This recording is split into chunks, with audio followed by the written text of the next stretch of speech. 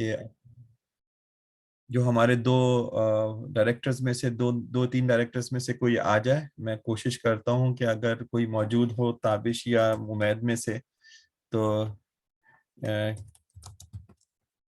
वो भी आ जाए।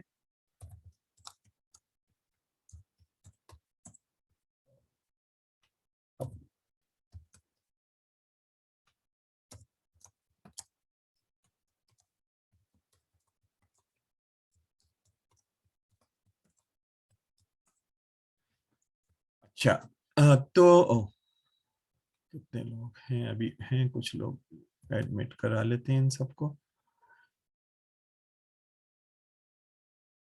मैं आज है ना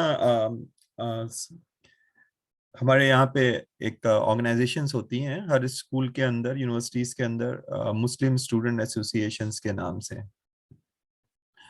और मैं उमन है ना फ्राइडे को नाइट के अंदर उन लोगों के साथ एक सेशन रखता हूँ।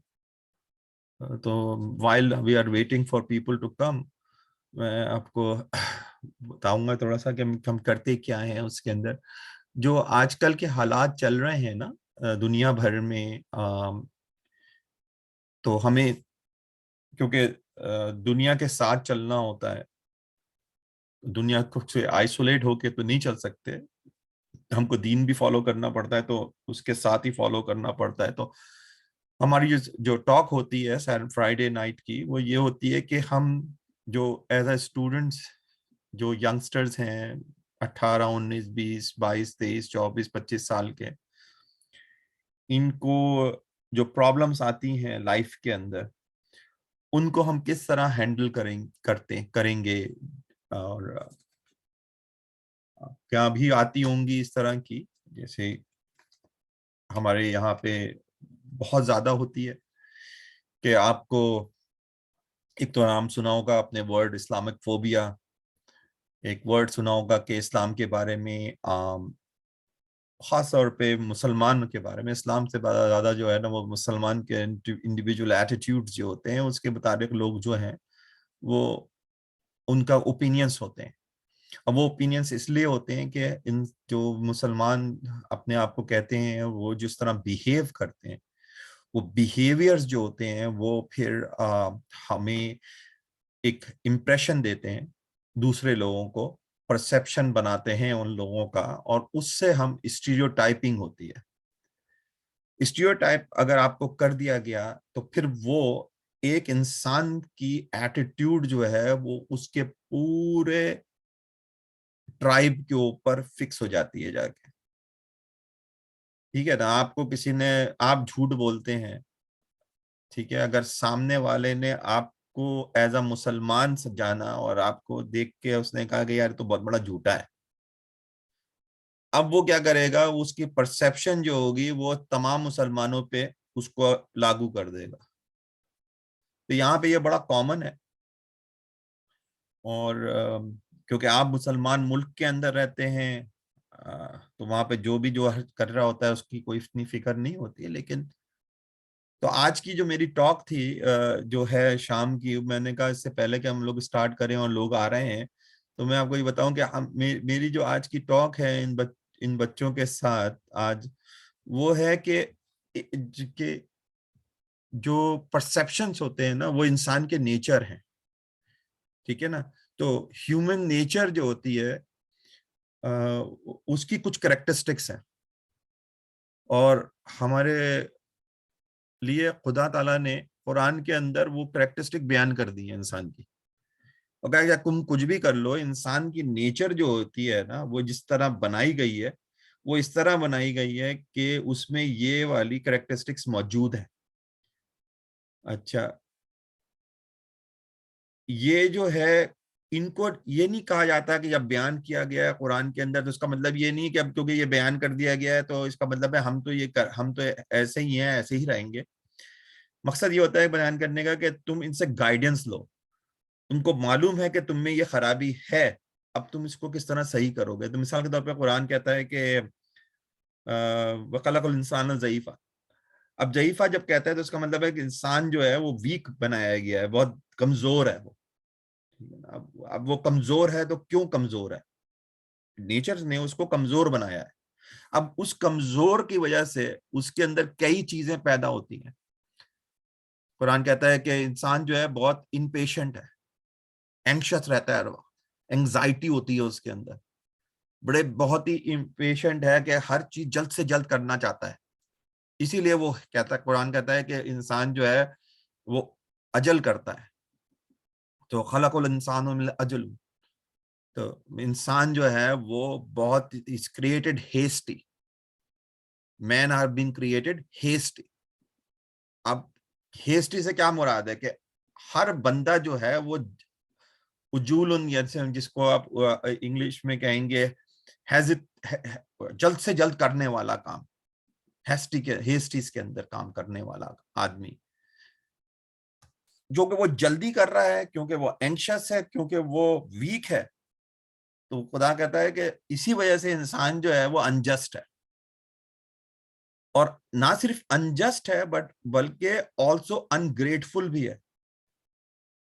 तो इंसान ना सिर्फ अनजस्ट है और उसके साथ साथ वो अनग्रेटफुल भी है। वो ये कभी नहीं कैसे वो कहते हैं ना कि हर इंसान जो है उसको कुछ भी दे दिया जाए वो ग्रेटफुल नहीं फील करता। तो इन्नल इंसान लकफूरुन बहुत मिलेगा आपको कुरान के अंदर, मुख्तलिफ आयत सूरत में मिल जाएंगी आपको। तो हम जब कहते हैं कि जब इंसान इतना ज्यादा अनग्रेटफुल है, थैंकलेस है, और कुरान में एक जगह लिखा हुआ है कि इंसान जो है वो इतना थैंकलेस है कि वो डिनाई करता है the reality of his grace, Allah की जो खुदाइयत है वो उसको डिनाई कर जाता है। और इसी वजह से तुमको देखा होगा कि ये जो लोग जो काफिर होते हैं वो डिनाई करते हैं। तो ये तमाम जो खूबियां या करेक्टरिस्टिक अल्लाह भी आप बयान कर रहे हैं ना, उसमें ये भी है कि कंटेंशियस होता है इंसान, जो है कॉलसम होता है, लड़ाई झगड़े का माहिर होता है, कॉलसम होता है। उसकी जो थॉट प्रोसेस है ना, वो कहता है, कुरान कहता है कि क्लियर नहीं है, is very unjust and ignorant. So जिसको हम, अगर आप कोई से कहते हैं कि सोचते क्यों नहीं हो, कुरान कई जगह कहता है इंसान से कि तुम सोचो समझो, लेकिन वो फिर ये कहता है कि क्योंकि तुम इग्नोरेंट हो, इसलिए कि तुमको मालूम नहीं है, जैसे तुम सोचते नहीं हो। और तुमको मालूम नहीं है उसकी एक वजह यह है कि तुम सोचते नहीं हो। तो दोनों बातें हैं, तुम सोचते नहीं हो की वजह से भी तुम इग्नोरेंट हुए हो, और कैसे कि तुमको जानते ही नहीं हो कुछ। क्यों नहीं जानते? इसलिए कि कभी सोचने की जरूरत ही महसूस नहीं करी तुमने अपने तौर पे। कभी तुमने बैठ के जिसको हम डिलिब्रेशन कहते हैं ना, इंग्लिश के अंदर क्या कहोगे उसको उर्दू में, क्या अच्छा वर्ड होगा, कुछ मालूम है किसी को? डिलिब्रेशन, क्या आप कोई बात समझ? जानबूझकर। हाँ, क्या बोला? जानबूझकर। जानबूझकर नहीं, डिलिब्रेट, वो डेलिब्रेट होता है वो। ये डिलिब्रेशन जो है ये डिफरेंट वर्ड है। डिलिब्रेशन का मतलब होता है कि डायलॉग करना, मालूम, एक दूसरे से पूछना, गौर व फिक्र करना सर। गौर और गौर व फिक्र करना, गौर और फिक्र करना बहुत अच्छा वर्ड है ये। तो हम क्यों नहीं करते? कि इसलिए कि हम सोचते भी नहीं और गौर और फिक्र भी नहीं करते। इसी वजह से, इसकी वजह से हम इग्नोरेंट भी रह गए, और उस इग्नोरेंट की होने की वजह से हम अनजस्ट भी हैं। ये कुरान ने ये तमाम करेक्टरिस्टिक हमारी बयान की है, और फिर ये कहा गया है कि इनसे तुम गाइडेंस हासिल करो। अब गाइडेंस कैसे हासिल करी जाती है? गाइडेंस कोई इतनी ऐसी चीज है जो कि खुदा ताला की तरफ से कुरान में ही मिल जाएगी आपको, ये गाइडेंस जो होती है। तो आज जो मेरी टॉक है ना, वो सिर्फ इस वजह से है कि मैं स्टूडेंट्स को ये बात बताना चाहता हूँ कि जब हम जब हम किसी को अपना परसेप्शन बदलने की बात करते हैं, तो पहले हमको अपने गिरेबान में झांकना है। पहले हमको खुद देखना है कि हम कौन है। ठीक है ना? हम दूसरों को तो कह सकते हैं, लेकिन हम खुद हैं कौन? कुरान में आपको मालूम है कि इंसान का भी जिक्र है, मुसलमान का भी जिक्र है, क्रिश्चियंस का भी जिक्र है, जूस का भी जिक्र है, मुशरिकों का भी जिक्र है, सबका जिक्र है ना। सबसे ज्यादा किसका जिक्र है? कुरान सबसे ज्यादा किसको मुखातिब करता है? जो एक्सल एड्रेस है मुसल कुरान का, वो किसके लिए है? ईमान वालों, जी, ईमान वालों, एक ईमान वालों के ईमान लिए। वालों। और कोई? सर सेकंड नंबर पे यहूद और नसारा। सेकंड पे यहूद नसारा। और कोई?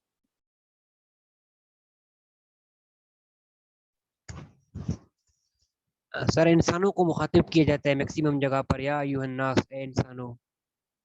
बेटा सबसे ज्यादा जिसने भी ये बात कही है ना, सबसे ज्यादा जो कुरान पुकारता है ना किसी को, वो पुकारता है या अय्युहन नास को, इंसान को पुकारता है। इसलिए कि ये जो मैसेज है ना कुरान का, ये दुनिया के इंसानों के लिए है, दुनिया की गाइडेंस के लिए है। उसमें से एक पोर्शन ईमान वालों का है, उनमें से एक पोर्शन जो है वो यहूदियों के लिए है, एक ईसाइयों के लिए है। लेकिन जो यहूदियों की बात है, जो या ईसाइयों की बात है, वो सिर्फ इसलिए बयान की गई है ताकि हम जो के इस मुसलमान कहलाते हैं वो उनसे इबरत हासिल करें, उन कहानियों से। लेकिन ज्यादातर जो है वो इंसान को कहा गया है। लेकिन इंसान की खासियत मैंने अभी आपको बता दी है, वो है सारी की सारी। तो इसमें जो सबसे बड़ी बात है ना अनग्रेटफुलनेस वाली, वो सबको सोचनी चाहिए। इसमें सबसे जो बड़ी बात है कि हम सोचते नहीं और सोचो विचार नहीं करते, वो करना चाहिए। हम जो दूसरों को दूसरों को समझाने बैठ जाते हैं और अपने गिरेबानों में नहीं झांकते, वो पहचानना चाहिए। आप जब कोई चीज देखे बुराई, तो ये ना देखें कि वो बुराई जो है क्या इस सिर्फ और सिर्फ मुसलमान के ऊपर है, या वो बुराई जो है वो एक तरह का अनजस्ट है। इसको जज करें। आप हक के लिए लड़े दूसरों के, ये नहीं देखे कि हक पे लड़ने के लिए आप जिसको सपोर्ट कर रहे हैं क्या क्या वो मुसलमान है या नॉन मुस्लिम है, ये नहीं चेक करना आपको। तो तो आज की जो सारी मेरी बात है बच्चों से, वो ये है, हमारे स्टूडेंट से, कि जब आप खुद कोई काम करते हैं तो हमेशा सिर्फ यही नहीं सोचा करें कि ये मैं मुसलमानों के लिए काम कर रहा हूँ। जैसे हमारे यहाँ बहुत कॉमन है, यहाँ पे अमेरिका के अंदर हर काम जो होगा ना वो ये होगा कि हम मुसलमानों के लिए कर रहे हैं। जबकि अभी तुम में से किसी ने बताया कि सबसे ज्यादा जो कुरान बताता है हमको, वो नास के लिए बताता है, इंसानों के लिए करो। ये नहीं कहता कि अगर आपको अपने पड़ोसी की खिदमत करनी है, तो ये नहीं कहा गया कि सिर्फ मुसलमान पड़ोसी की खिदमत करनी है। पूछोगी आपसे कि अगर आपका पड़ोसी जो है वो भूखा सोया है ना, आपसे पूछोगी कि तुमने मालूमात क्यों नहीं हासिल करी। तो ये जो बात है ना कि हम सिर्फ और सिर्फ हर चीज में मुसलमान ले आते हैं, इसको से निकलना पड़ेगा हमें। हमको ये देखना पड़ेगा कि जस्ट क्या है और अनजस्ट क्या है। मिसाल के तौर पे इसकी एक बड़ी मिसाल है आजकल, जो मैं आज अच्छा ये चीजें जो मैं कर रहा हूँ ना बात, ये शायद आप लोगों को बहुत ही डिस्टर्बिंग लगे आपके माहौल के मुताबिक। मैं जहाँ पे हूँ मेरे माहौल के मुताबिक ये बात इतनी बुरी नहीं है जिस तरह मैं बयान करूंगा अभी आपको। मिसाल के तौर पे अब देखें, दो बातें हैं। एक जगह पे एक आप बीच में हैं, एक आपके राइट के ऊपर है, एक लेफ्ट के ऊपर मुल्क है। राइट वाला मुल्क जो है उसके अंदर बच्चियों के ऊपर, जो मुसलमान बच्चियों के ऊपर और दूसरे मजहब के बच्चों के ऊपर वो रिस्ट्रिक्शन लगा रहे हैं कि वो क्या पहने और क्या नहीं पहने। जगह हिजाब नहीं पहनना है, इंडिया में ये हो रहा है। लेफ्ट पे चले जाइए आप, अफगानिस्तान में, वहां पे दूसरी चीज हो रही है। वो कह रही है कि हम पहनेंगे नहीं, और वो कह रहे हैं डंडे से पहनाएंगे तुमको। अब इसमें से जस्ट क्या है? आप देखिए सारा का सारा मीडिया जो है वो आपको राइट वाला का मिलेगा कि इंडिया में जो कुछ हो रहा है वो गलत हो रहा है। ठीक है ना? अगर आप इसको दूसरी तरीके से देखें, अगर आप इंसान के लिहाज से इसको जज करें, और आपसे कहा गया कि जिस आप सोचें जरा इस बात के ऊपर, इंसान के लिहाज से ये इंसान का मसला है कि वो क्या करे। औरत एक इंसान है, वो फैसला करे कि उसको क्या करना है। इसलिए कि इवेंचुअली ये जो फैसले होंगे, इन्हीं फैसलों की वजह से, ये जो फैसले आज आप कर रहे हैं ना, डिसीजन मेकिंग कर रहे हैं, अल्लाह ने आपको जो अकल दी है, और इससे जो आप फैसले कर रहे हैं, इससे जजमेंट डे में आपके लिए अच्छाई और बुराई को सामने रखते हुए फैसले करेगा अल्लाह ताला कि क्या करना है आपके साथ। लेकिन फैसला आपका है, ये कोई दूसरा डंडे के जोर पे नहीं कर रहा सकता। तो जो हम बात कर रहे हैं स्टूडेंट से आज, वो ये है कि तुम जो हो जस्ट के लिए काम करो, जस्टिस के लिए काम करो। तो what is the right of somebody? It's a right of a person to wear anything within the limits of that particular community. अगर कम्युनिटी ने कहा है कि आप नंगे घूम सकते हैं, ठीक है ना, तो ये कम्युनिटी का वो है। अब ये आपके ऊपर है कि आप नंगे होके घूमे या आप पूरा पूरा लिबास ओढ़ के होगे। ये नहीं कह सकता कोई आपसे कि आप नंगे से भी कोई नीचे की चीज जाके कर लें, ये नहीं कह सकता अब आपसे, इसलिए कि that is the limit of that particular community. लेकिन अगर कम्युनिटी डिफाइन करा है कि भाई आपको चड्डी पहन के घूमना है, तो अगेन अब आपका ये राइट है कि आप शलवार कमीज पहन के घूमें या कुछ और, लेकिन चड्डी से कम नीचे नीचे नहीं जा सकते आप। तो ये जो हम राइट्स की बात करते हैं ना, इसके अंदर इंसान शामिल हो जाता है कि वो डिसाइड करे करना क्या है उसको। अब वो अगर कुरान को फॉलो कर रहा है तो यकीन तौर पे कुरान की चीजों को फॉलो करेगा। नहीं कर, नॉन बिलीवर है तो वो अपने बिलीफ्स के लिहाज से उसको सेट करेगा, लेकिन ये उसका राइट है, ये उसका हक है जिसको देना पड़ेगा। तो अगर कोई लड़की कहती है कि मुझे हिजाब पहनना है, तो ये उसका राइट है, आप उसको दे। अगर वो कहती है नहीं पहनना, तो भाई तुम्हारा, अगर तुम मुसलमान हो तो तुमसे खुद अल्लाह निमट लेगा। नहीं हो, तुम बिलीव करती हैं इस बात के ऊपर, तो और भी अच्छी बात है, तुमको किसी की फिक्र नहीं होनी चाहिए दुनिया के अंदर। आखिरत देखी जाएगी, आखिरत जब आएगी जिसको देखना होगा वो देख लेगा। लेकिन जहां पे वो डंडे के जोर पे तुमसे कह रहा है कि पहनो, वो भी गलत है। अगर वो पहनना नहीं चाहती तो वो जहन्नुम और जन्नत तो उसने डिसाइड करनी है ना अपनी, आप डंडे वाले कौन होते हैं बताने वाले। तो हम ये जो कॉन्सेप्ट है ना, इसको बयान करते हैं आज की मीटिंग के अंदर, जो शाम की मीटिंग है।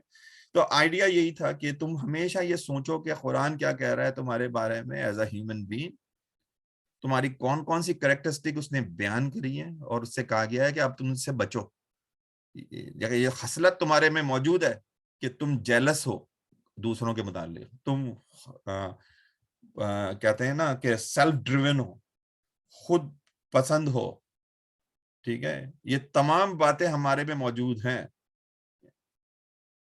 लेकिन फिर ये कहा गया है कि इनसे ही बचना चाहिए तुमको, ये बचोगे तो तुम्हारे लिए आखिरत की कामयाबी है, वरना नहीं है।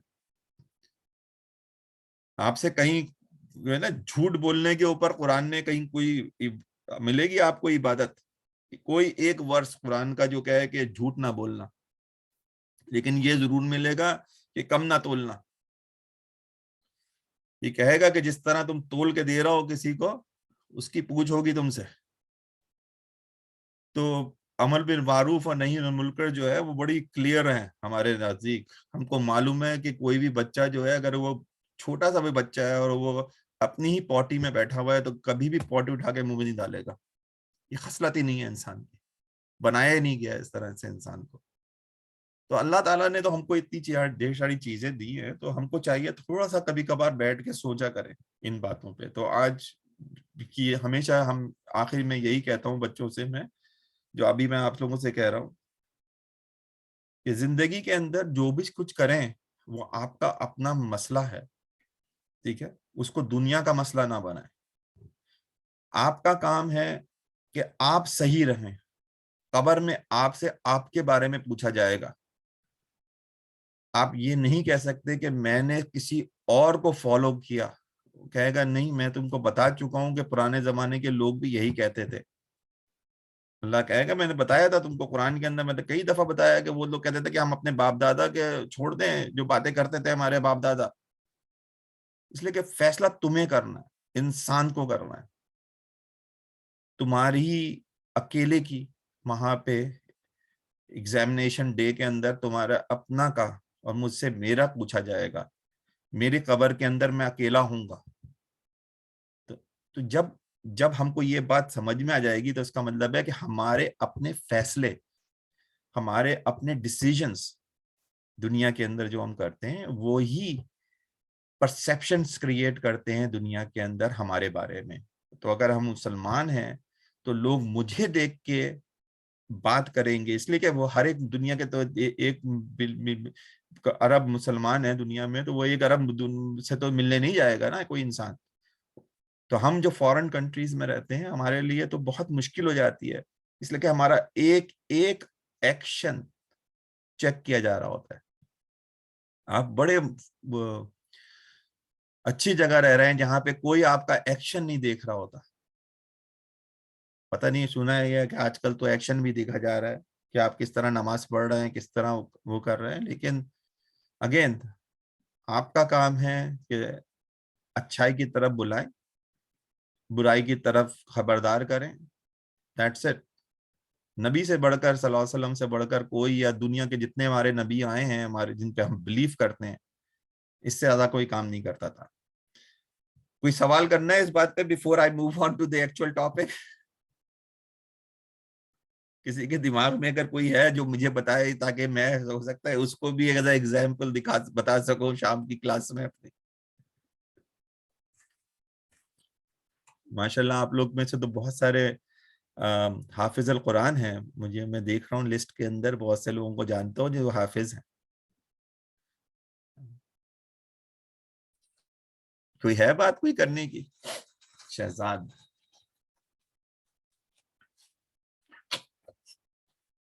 अच्छा बेटा। चले अब जो बात का सेकंड बात है, जो मैं जिसके लिए मैंने मीटिंग कॉल करी थी ना, वो उस पे बात कर लेते हैं। असल 10-15 मिनट की बात है, ज्यादा नहीं होगी। जो आजकल हमारी ऑर्गेनाइजेशन में सबसे बड़ा प्रॉब्लम ये चल रहा है कि हमारे पास जितने वॉलंटियर्स थे यूएसए के अंदर, उनके पास कई वजूहात की वजह से वो अब इतना ज्यादा टाइम नहीं दे पा रहे हैं ऑर्गेनाइजेशन की वर्किंग के अंदर। तो सारा का सारा लोड जो आता है ना वो फिर मेरे पे आ जाता है, और मेरे अपने ही कुछ प्रॉब्लम्स हैं जिसकी वजह से मुझे भी परेशानी हो जाती है। तो मैं इस सिलसिले में पाकिस्तान के अंदर हमने जो ऑर्गेनाइजेशन क्रिएट करने की कोशिश कर रहे हैं, उस सिलसिले में हमारे पास ताबिश साहब और उमैद ये हेल्प करा रहे हैं हमारी। अब ताबिश भी आप ही की तरह आज से 5 साल पहले जिस तरह आप बैठे हुए हैं ना, 5-6 साल पहले वो आपकी जगह बैठा हुआ था। उमैद भी इतने ही साल पहले आप लोगों की जगह बैठा हुआ था। इकरा बीबी थी हमारे साथ, वो भी अभी भी होती हैं, वो भी आपके तरह होती थी। हमारे पास 7 लोग हैं इस वक्त जो कि बहुत मुस्तकिल अंदाज में हमारी मदद करते हैं। उसमें ताहा शम्स हैं, उमैद हैं, ताबिश हैं, इकरा बीबी हैं, और रईस है बादशाह, और एक हैं मोहम्मद उमर, और एक हैं फैजान। तो यही लोग हैं जो कि हमारी मदद करते हैं। और ग्रेजुएशन के बाद, ड्यूरिंग ग्रेजुएशन हमने कई दफ़ा कोशिश करी है कि हमारी लोग मदद करें ग्रुप के अंदर। आप में से अगर आप देखें तो जैसे दानियाल हैं, अली है, अली जावेद है, रईस है, और एक और लोग हैं इसमें, अली शाह है, बासित हैं, हामिद हैं। ये लोग मुख्तलिफ जगहों पे मुख्तलिफ चीज़ों में मदद करते हैं, और वो उतना ही करते हैं जितना आप लोगों के पास वक्त होता है। बाज़ दफ़ा हम ऐसी चीज़ें देते हैं, बताते हैं आपको, जिसमें ये लगता ही है कि ये आपको हम कोई काम दे रहे हैं तो आप पे कोई बोझ डाल रहे हैं। आज अगर आप दानियाल के मीटिंग में हो, वेबिनार में, तो आपने नोट किया हो ये वाली बात कि जो कुछ वो बता रहा था गिग्स के बारे में, वो तमाम स्किल सेट थे जो कि हम कोशिश कर रहे थे कि आपको सीख लें, बगैर ये बताए हुए कि आप क्या सीख रहे हैं। तो एक होता है कि मुझे पाइथन आती है, लेकिन अगर जिंदगी भर किसी प्रोजेक्ट पे काम नहीं किया या किसी के रिक्वेस्ट पे काम नहीं किया, तो आप कभी भी ये नहीं कर सकते फ्रीलांसिंग वाला काम। अगर आपको ये मालूम ही नहीं होगा कि रिक्वायरमेंट्स किस तरह ली जाती हैं, किस तरह से समझी जाती है बात, और उसको किस तरह से कन्वर्ट किया जाता है इन प्रोजेक्ट, और फिर उस प्रोजेक्ट को किस तरीके से कंप्लीट किया जाता है, तो वो बात बन नहीं सकती। तो कोशिश यही कर रहे थे हम पिछले 2-3 सालों से कि स्टूडेंट्स को हम ये वाली बात अनइंटेंशनली सिखाने की कोशिश करें। 90% ऑफ द टाइम वो जो काम थे हमारे वो इनकम्प्लीट ही रहे। कुछ लोगों ने यकीन तौर पे कुछ ना कुछ सीखा होगा, इसलिए के बाद में उन्होंने उसी स्किल सेट को दूसरी जगह यूटिलाइज करके अपने लिए जॉब्स की अपॉर्चुनिटीज क्रिएट करी, which is good enough, which is what we like you to do, कि आप प्रोफेशनली एक इस्टेब्लिश कर सकें अपने आप को। तो जो मैंने जो लिस्ट भेजी थी, उस लिस्ट में अगर आपका नाम है तो उसमें आपको उमैद और ताबिश आप लोगों को कांटेक्ट करेंगे कि जो हम मुख्तलिफ जॉब प्रोजेक्ट्स करते हैं, और आप स्टूडेंट्स के मुख्तलिफ मामलात के अंदर सपोर्ट और हेल्प कर रहे होते हैं, तो उसके लिए हमारे पास एक पूल ऑफ मनी होती है जो कि हम रखते हैं कराची के अंदर, दानियाल उमैद साहब के पास और ताबिश साहब के पास। तो वो जो होते हैं, कभी भी इमरजेंसी अगर किसी होती है तो हम फिर उस पूल में से पैसे यूज करते हैं। तो ये जो नाम थे लिस्ट में, उनको कोई चेक मिलेगा तो वो आपको उमैद साहब या ताबिश साहब को कांटेक्ट करना होगा, जो भी उसमें लिस्ट में नाम है जिनका, ताकि वो उनको बता सकें कि उसको क्या करना है उन पैसों का। ये एक्स्ट्रा मनी है आप लोगों को, ये वो नहीं है जो कि स्कॉलरशिप की अमाउंट है, वो आपको पहले मिल चुकी है। तो एक तो ये बात करनी थी। इस बारे में अगर किसी को कोई सवाल है तो मुझसे पूछ ले, before I move on to the next point. Rais, मेरी बात समझ में आ गई आपको बेटा? बात से आप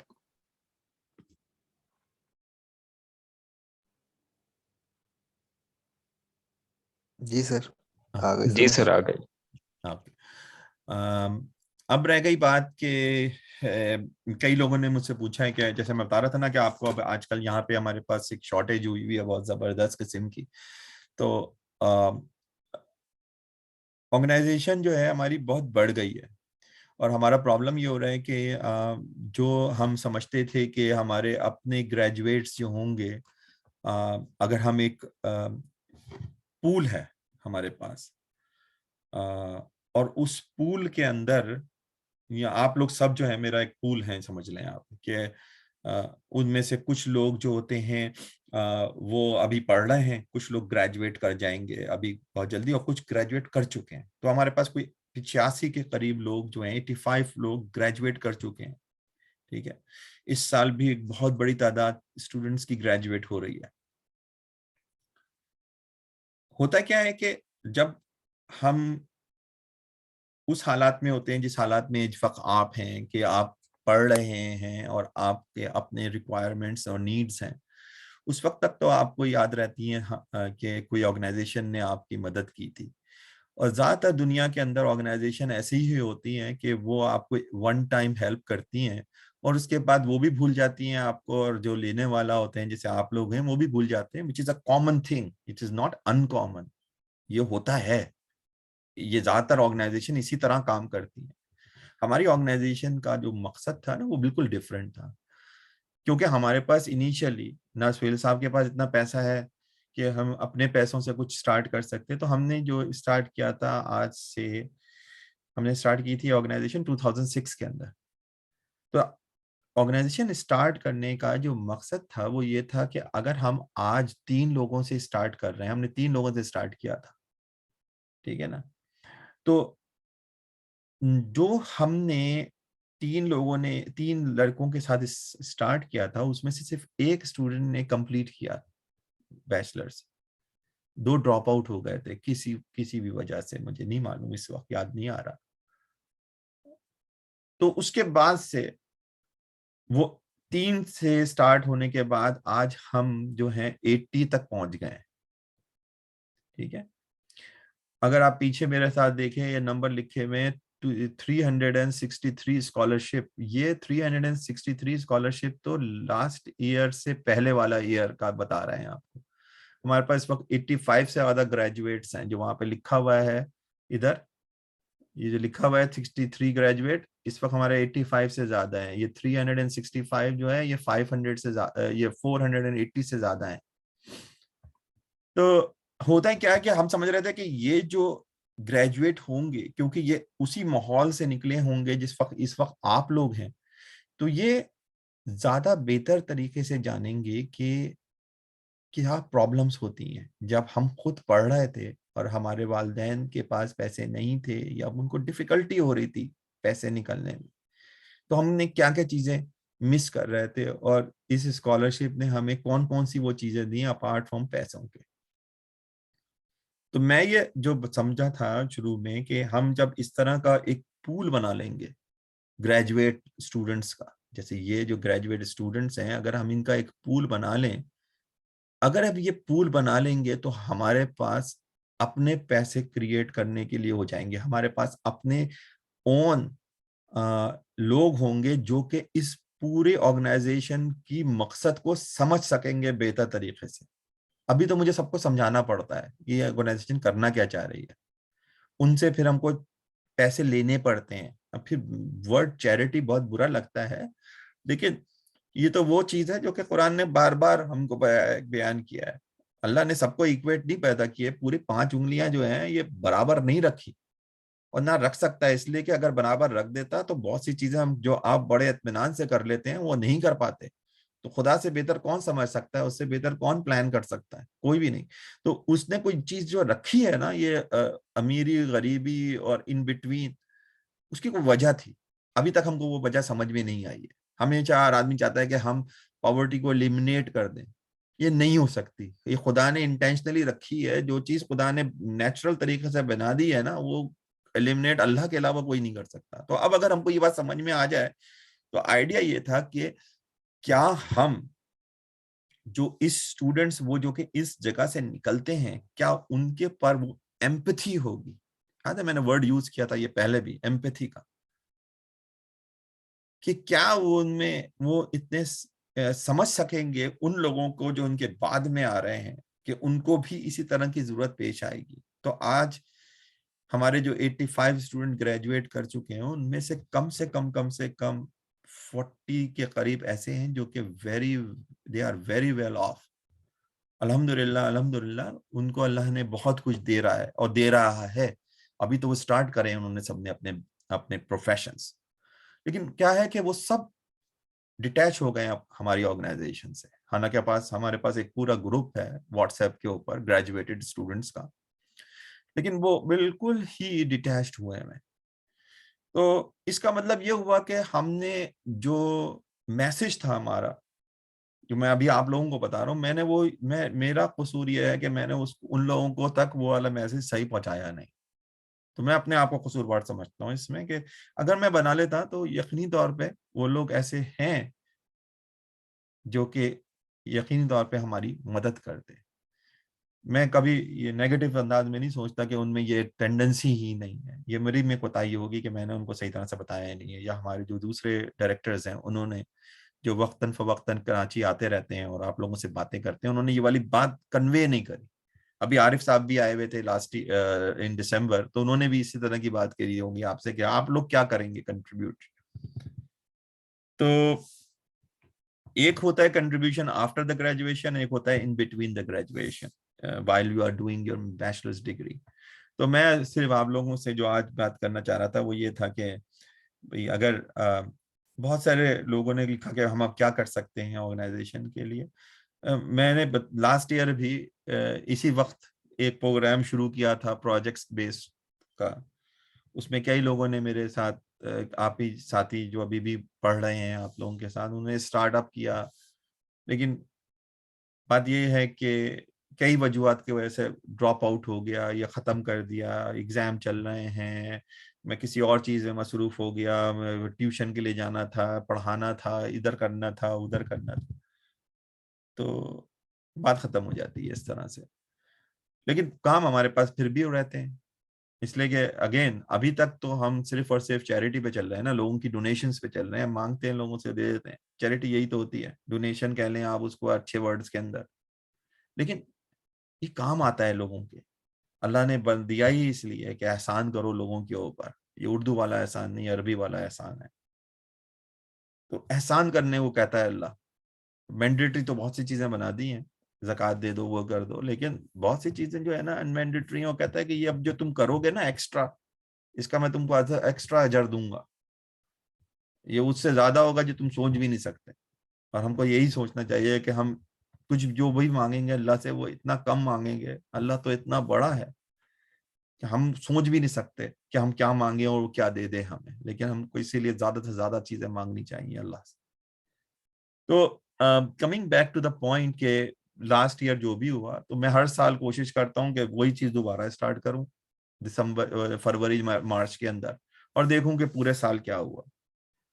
तो उमूमन मेरा ख्याल है रईस को याद होगा, रईस था इसमें मौजूद, और मैं किस किस के नाम देख रहा हूँ यहाँ पे। अलीशा थी लास्ट ईयर, अली अली जावेद था, और कौन था, मेरा ख्याल है रफ़ीउल्लाह ने, और इज़्ज़तुल्लाह ने, सॉरी इज़्ज़तुल्लाह ने अपना वो शुरू किया था, तारिक तहा था। तो मुख्तलिफ लोगों ने कुछ चीज़ें करी थी। मुइस नहीं नजर आ रहा यहाँ पे। तो कई लोगों ने बहुत सी चीजें शुरू करी थी और वो फिर इन बिटवीन रोक दिया। और कोई बात नहीं। तो अभी जो हमारे को जरूरत है ना कामों के अंदर, वो चंद एक चीजें होती हैं, मैं आपको बता दूं। हमारे एक लिंक्डइन का प्रोफाइल है, उसमें अपडेट्स की जरूरत होती है। फेसबुक का पेज है, उसको हैंडल करने की जरूरत किसी को चाहिए होता है, जो कि उसको हैंडल कर सके। फ्लायर्स बनाने होते हैं कभी कभार, जैसे अभी जानियाल कर रहा था। अब दानियाल ने इनिशियल बना के मुझे भेज दिया, तो फिर मैंने कल उसके ऊपर वो एडिशन करके तुम लोगों को लिंक वगैरह बना के भेज दिया। मुझे अपना टाइम लगाना पड़ा। अम, तो काम तो करना होता है ना। अब मैं किसी को कहता वो करता, उससे पहले ही हो जाए, इसलिए प्रमोशनल मटेरियल बनाना पड़ता है। अभी रमजान आ रहा है, हमारे को एक कैंपेन चलानी है फंड रेजिंग की, उसके लिए हमें हेल्प चाहिए होती है। इसी तरह एक बहुत बड़ा प्रोजेक्ट जो कि हमारे एक आपके साथी ने स्टार्ट किया था, गुलाम अहमद ने, जो पिछले साल लीड कर रहे थे एनईडी स्कॉलर्स को एग्जिस्टिंग, जिस तरह आजकल दानियाल कर रहे हैं। तो अगले साल के लिए मुझे दो दो बंदों की जरूरत है जो कि इसी तरह जैसे ये काम करते हैं। दानियाल काम करते हैं, अली जावेद काम कर रहे थे पिछले साल तक, जब तक उनकी तबीयत खराब नहीं हुई थी। तो इस तरह के मुझे 2-3 लोग चाहिए जो कि सेकंड ईयर में और फर्स्ट ईयर के अंदर हों, ताकि वो आगे आके मुझे जो हम काम करते हैं या काम देते हैं स्टूडेंट्स को करने के लिए, या कोई हमारे पास काम चल रहा होता है तो उसमें हमें जरूरत होती है। तो उसमें लीड कहलाता है वो बंदा, कि वो लीड करेगा। तो उसको एक आदमी को बता दिया जाएगा, फिर वो मैनेज करेगा उसको, वो टीम क्रिएट करेगा, वो ही फिर जाके उसको कंप्लीट करवाने की कोशिश करेगा। तो हमारे पास इस तरह के 3 से 4 लोग ज्यादा होने चाहिए। अगर सेकंड ईयर और फर्स्ट ईयर के होंगे, फर्स्ट ईयर के होंगे अभी बहुत ही जूनियर होते हैं तो उनको समझ में नहीं आ रहा होता है, लेकिन सेकंड ईयर और थर्ड ईयर के लोग जो होते हैं ना वो मेच्योर हो रहे हैं। फाइनल ईयर के अंदर तो वैसे ही आप भागने की फिक्र में होते हैं यहाँ से निकलने की एनईडी में, तो आई अंडरस्टैंड कि उसमें इतना वक्त नहीं होता। तो एक तो चाहिए इस तरह का बंदा जो कि लीड कर सके। 4 या 5 बंदे ऐसे चाहिए होते हैं जो लीड कर सके। उनको मुख्तलिफ प्रोजेक्ट्स दे दिए जाएंगे कि भाई तुम इसको लीड करो, आप तुम खुद अपनी टीम क्रिएट करो, खुद काम कराओ। तो हमारे जो 3 मेजर प्रोजेक्ट्स हैं, जैसे मैं बता रहा था, गुलाम अहमद जो है लास्ट ईयर, उन्होंने हमारी जो एनईडी स्कॉलर्स की जो वेबसाइट है ना उसको रिवाइटलाइज करने की कोशिश की थी। हमने जो एनईडी स्कॉलर्स की वेबसाइट जो है 2008 में बनाई थी वर्डप्रेस के ऊपर, और वो ही अब तक चल रही है। अब उसमें से कई चीजें ऐसी हैं जो कि हमने को मालूम है कि सही नहीं है, कोई ऐसी हैं जो कि हमको मालूम है कि काम करती हैं, और लेकिन it's not fun to watch our website, और बहुत ही अक्यूट है। तो उसमें उसने काम शुरू किया था गुलाम अहमद ने। अच्छा खासा वो काम हो चुका है। अली शाह ने उसकी बहुत मदद करी थी उसमें। जो कंटेंट डेवलपमेंट था वो अली शाह ने किया था। अली शाह वो फिर अभी मेरा ख्याल है ग्रेजुएट हो जाएंगी इस साल इंशाल्लाह, तो ये अपना काम शुरू कर देंगी। तो हमें कंटेंट क्रिएटर की जरूरत होती है। अब जब देखें ये तमाम बातें वो वही कर रहा हूँ जो कि वो जो दानियल गिग्स की बात कर रहे थे आज कि ये तमाम चीजें बिकती हैं। दूसरा जो हमको चाहिए है बंदा, वो एक ऐसा ग्रुप चाहिए जो कि हमारा एक न्यूज़ लेटर निकाल सके, जो कि हम अपने डोनर्स को भेज सकें और उनको अपडेट कर सकें कि क्या एक्टिविटीज चल रही हैं। अब मिसाल के तौर पे अभी उमैद साहब ने कोई 4 महीने का कोर्स कराया है रास्पबेरी पाई का। उसका आपने एक छोटा सा कॉलम लिख दिया, वो न्यूज़लेटर में चला गया आपके, कि भाई जिन लोगों ने करा है उनके कुछ कमेंट्स लिख दिए। उमैर साहब का इंटरव्यू डाल दिया कि भाई उन्होंने किस तरह कंडक्ट करा, क्या क्या फायदा हुआ उसको स्टूडेंट्स को। अभी चल रहा है रईस बादशाह कर रहे हैं सोलर के ऊपर, आज दानियाल ने किया, अभी ओसामा करेंगे कैट के ऊपर। हाँ ठीक है ना। तो ये जो होती है ना एक्टिविटीज, इनको आप एक न्यूज़लेटर के अंदर क्रिएट करना। अब न्यूज़लेटर जैसे अभी दानियाल बता रहे थे, कैनवा पे इतने आसानी से हो जाता है। कंटेंट क्रिएट करवाएं किसी से, एक आदमी कंटेंट क्रिएट करे, दूसरा आदमी उसकी ग्राफिक्स डिजाइन करके क्रिएट कर दे वो। तो दूसरा प्रोजेक्ट हमारा जो होता है वो वेबसाइट पहली, दूसरा प्रोजेक्ट न्यूज़लेटर, और तीसरा जो होता है वो छोटे छोटे एप्लीकेशंस क्रिएट करवाते हैं हम। आइडिया ये होता है कि जो लोग ये एप्लीकेशंस क्रिएट करेंगे वेब डेवलपमेंट के तौर पे, या वेब एप्लीकेशंस के तौर पे पाइथन के ऊपर, या फिर जावा के ऊपर, या .NET के ऊपर, जिसी के भी कर लें आप, वो स्किल सेट सीख कर, उनके पास स्किल सेट है वो, अब वो एक प्रोजेक्ट पे अप्लाई करके देखना है, उनको समझ में आएगा कि वो प्रोजेक्ट होता क्या है। अभी लास्ट ईयर एक प्रोजेक्ट हमने दिया था, उसमें एनिमेशन शामिल थी, तो मुझे याद नहीं पड़ रहा क्या नाम था। दोनों बच्चों ने बड़े अच्छे एनिमेशंस क्रिएट करे थे, लेकिन वो इनकम्प्लीट थे, लेकिन वो क्रिएट करे थे, उनको बहुत बड़ा एक स्किल सेट मिला। और आपने देखा, अभी दानियाल बता रहे थे कि जो सबसे ज्यादा पैसा है ना वो एनिमेशन के अंदर और वीडियो ग्राफिंग के अंदर, बहुत पैसा है, कंटेंट से ज्यादा पैसा उसके अंदर, अगर आपको ये स्किल आती है तो ये 3 मेजर प्रोजेक्ट्स हैं हमारे। ये तीन मेजर प्रोजेक्ट्स के साथ जो चौथा है वो हमारा ये है कि कोई आदमी कोई हमारी जो सोशल मीडिया की साइट्स हैं उनको मेंटेन करे। तो एक हमको चाहिए बंदा जो कि लीड कर सके सोशल मीडिया की एक्टिविटीज को, ठीक है, पहला काम।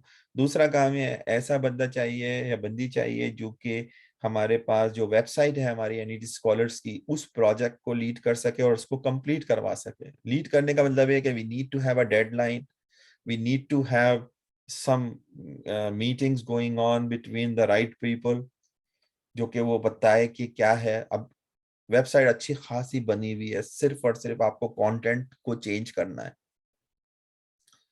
तीसरी चीज जो है, तो पहली हो गई सोशल मीडिया, दूसरी होगी हमारी वेबसाइट, तीसरी हो गई न्यूज़लेटर। एक टीम चाहिए जो कि न्यूज़लेटर्स को देख सके। अब जो आप न्यूज़लेटर में बनाएंगे वही चीज सोशल मीडिया वालों को देंगे, तो वो सोशल मीडिया के ऊपर प्रमोट करेंगे उसको, ठीक है ना। देखें एक चीज से दूसरी चीज लिंक हो रही है। और आखिरी चीज जो है वो हमको चाहिए, जो जो छोटे छोटे हमारे पास प्रोजेक्ट्स होते हैं वो उनको डील कर सके।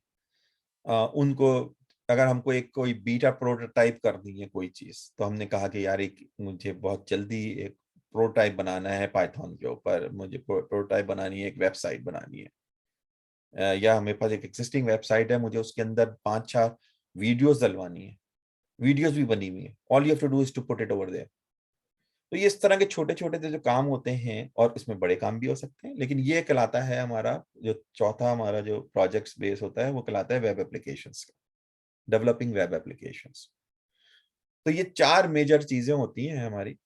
फिर मैं बता दूं, सोशल मीडिया की एक्टिविटीज को करना, मिसाल के तौर पर हमारे पास इतने सवाल आते हैं फेसबुक के ऊपर भी और यूट्यूब के ऊपर भी कमेंट्स आते हैं, तो उनका जवाब देना, लड़ना नहीं।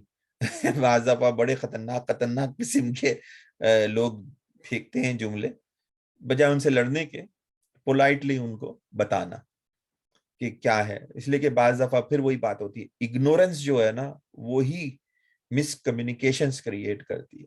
तो इंसान इग्नोरेंट तो है ही, बताया तभी मैंने आपको, खुदा ने खुद कहा है कि तो ये सोचता नहीं है इसीलिए इग्नोरेंट है।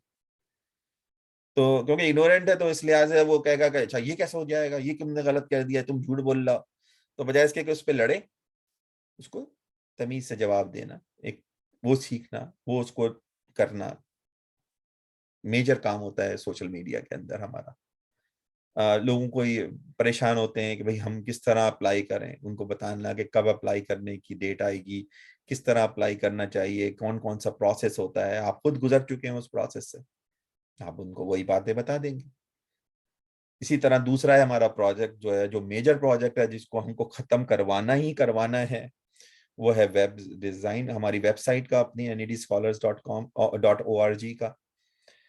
फिर हमारा है जो कि न्यूज़लेटर का तीसरा प्रोजेक्ट, और चौथा जो है वो वेब डेवलपमेंट और वेब एप्लीकेशन डेवलपमेंट। तो ये 4 प्रोजेक्ट्स पे हमको जरूरत होती है।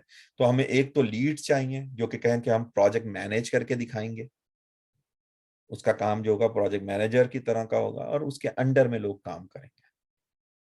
अच्छा, हम जो है कोई फैंसी नाम तो क्रिएट करते नहीं है। जैसे अभी अभी अमल एकेडमी ने माशाल्लाह से, हमारे जो स्टूडेंट्स वहां गए थे उन्होंने देखा होगा कि अमल एकेडमी वालों ने ये एम्बेसडर, अमल एम्बेसडर्स बनाए हुए हैं। उनका काम होता है कि वो अपनी ऑर्गेनाइजेशन को प्रमोट करें, वो नए रिक्रूट्स लेकर आए। तो हमारे पास इस तरह का नाम नहीं होता, तो maybe we might have to create something like that. Maybe we have to start giving some certification on what you guys have done, and we can give it. Now we have a big name, alhamdulillah, people recognize us, alhamdulillah. On top of it, मेरी जो wife हैं उनकी अपनी company है यहाँ पे, छोटी सी company है लेकिन एक कंपनी है जो कि ट्रेनिंग एंड डेवलपमेंट में काम करती है। वो सर्टिफिकेशंस प्रोवाइड कर सकती हैं, जिसे अभी क्या नाम है इनका, हाँ, उमैद साहब की जो जो टीचिंग करी थी उन्होंने, तो उन्होंने हमको लिस्ट प्रोवाइड करी है। तो नाहिद साहिबा जो है, फिर वो उनकी कंपनी का जो ट्रेनिंग डायरेक्टर है, वो बंदा जो है जब भी आएगा छुट्टी से तो वो उनको सर्टिफिकेट क्रिएट करके भेज देगा उमैद साहब को।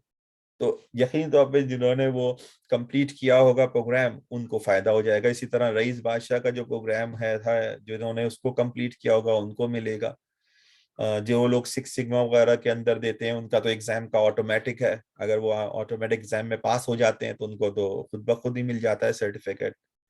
जो 90% पास नहीं होते हैं, पता नहीं पाकिस्तान में किस तरह का एग्जाम है, लेकिन यहाँ पे बहुत टफ होता है सिक्स सिग्मा पास करना। इवन येलो बेल्ट पास करना बड़ा मुश्किल हो जाता है अगर आपने पढ़ा नहीं हो तो ये था जिनके ऊपर जो बात करनी थी मुझे 3।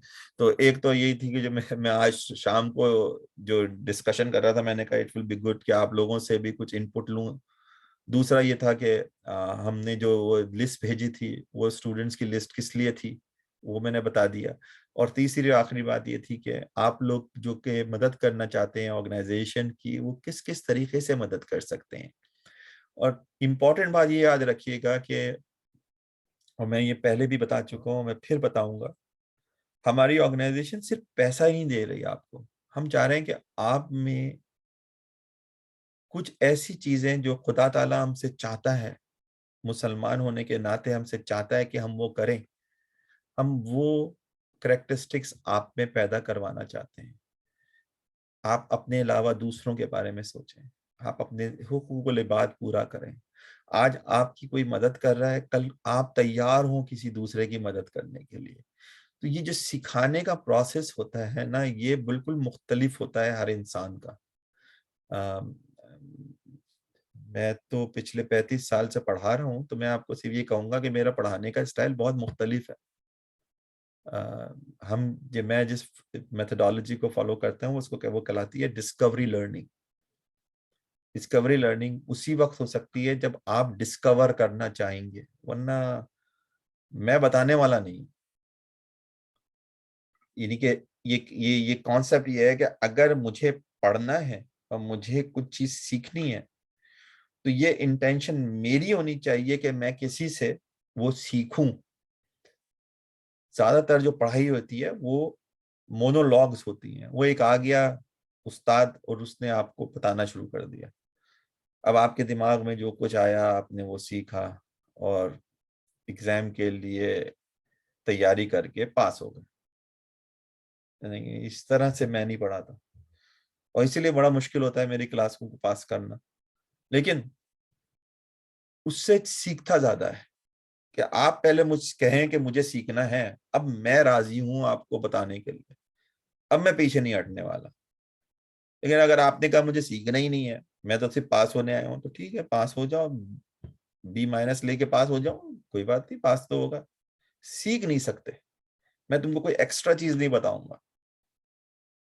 मैं एक चीज के बारे में एक बेसिक बता के खामोश हो जाऊंगा। अब तुमको पूछना है उसके डिटेल तो पूछ लो, मैं बता दूंगा। ये कहलाती है डिस्कवरी। आपको एक गिलास बताया, ये गिलास रखा हुआ है, ठीक है, इस गिलास में है क्या,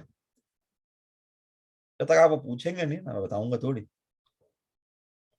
मैंने कहा गिलास इस तरह का होता है, बस यहाँ पे रुक गया आगे। इसलिए कि ये बेसिक नॉलेज थी जो कि रिक्वायरमेंट थी क्लास का, रिक्वायरमेंट बता दी मैंने आपको। अब ये आपके ऊपर है कि आप कितनी स्ट्रगल करते हैं इसको एक्सटेंड करने के लिए अपनी नॉलेज को, कि इसका कलर ब्लैक क्यों है और ये नीचे वाला व्हाइट क्यों है, इसका मटेरियल जो था वो किस किस्म का था और क्यों था। ये जब तक आप जुस्तुजू करके इंक्वायर नहीं करेंगे, याद है मैंने अभी आपको जब कैरेक्टरिस्टिक बताई थी कि इंसान जुस्तुजू नहीं करता, सोचो विचार नहीं करता, तो ये सिखाने के लिए ये मेथोडोलॉजी बनाई गई है कि अब ये सीखना है तो तुमको पूछना पड़ेगा, तुमको जोर लगाना पड़ेगा दिमाग के ऊपर। तो ये तमाम बातें ना बेटा मैं इसलिए कर रहा हूं तुम लोगों से कि तुम लास्ट ईयर अगर किसी ने ये वाला मेरा लेक्चर सुना होगा तो मैं उसमें भी मैंने यही बात की थी कि आज मैं कह दूंगा तुमको से, मुझे मालूम है तुम में से बहुत सारे लोग कहेंगे कि सर हम ये कर देंगे, हम वो कर देंगे, विच इज फाइन। लेकिन हमेशा याद रखो जब कमिट करो तो go all the way, in between commitment ना करो। वो फिर मैं कहूंगा वो परसेप्शन क्रिएट करेगी तुम्हारे दुनिया के लिए। तुम कहोगे मुझे करना है ये, मैं तो अब मैं जब करूंगा ना कोई भी काम, कभी मिडियोकर काम नहीं करना। ये जो आजकल की दुनिया है ना, इस दुनिया में अगर आपको कुछ करना है, अपना नाम पैदा करना है, दुनिया को बताना है कि आप कोई एक अच्छे इंसान है, तो स्ट्रगल तो आपको करनी ही करनी पड़ेगी। लेकिन उससे ज्यादा इंपॉर्टेंट बात यह है कि जो भी आप काम करें वो एक्सीलेंस के ऊपर जाके करें। मीडियोकर काम की कोई आज वैल्यू नहीं है और ना आगे वाले वक्त में होगी। वही लोग कामयाब होंगे जो कि किसी चीज के अंदर बहुत ही जबरदस्त स्किल रखते हो, स्पेशलिस्ट हो। आप उनका नाम तो सुना ही होगा ना अपने, हमारे हबीबुल्लाह साहब का, अशरफ हबीबुल्लाह साहब जो हैं, नाम सुना है किसी ने अशरफ हबीबुल्लाह साहब का? Yes sir.